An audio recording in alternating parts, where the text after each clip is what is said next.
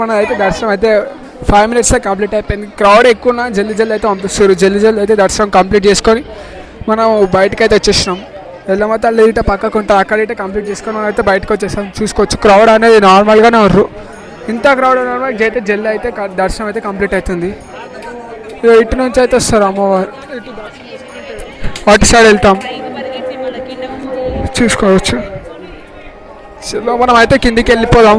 మళ్ళీ ఈవినింగ్ బోనాలు ఉంటాయి, ఈవినింగ్ దాకా ట్రై చేద్దాం ఉండడానికి. ఎట్లయితే తెలియదు, ఉంటుంటాం లేకుంటే లేదు గాయస్. చూసుకోండి అక్కడ సైడ్ అమ్మవారి టెంపుల్ ఉంటుంది. ఒక చిన్న క్లిప్ అయితే తీసిన చూపిస్తాను. చలో మరి ఇక్కడ ఫ్రీ వాటర్ సప్లై ఉన్నాయి బతులకి. సో గాయస్ ఇట్లా అయితే ఆపేసి క్రౌడ్ అయితే క్లియర్ చేస్తారు. ఎగ్జిట్ అయితే అయిపోతున్నాం మనము. చూసుకొచ్చి నుంచి అయితే సిటీ కనిపిస్తుంది.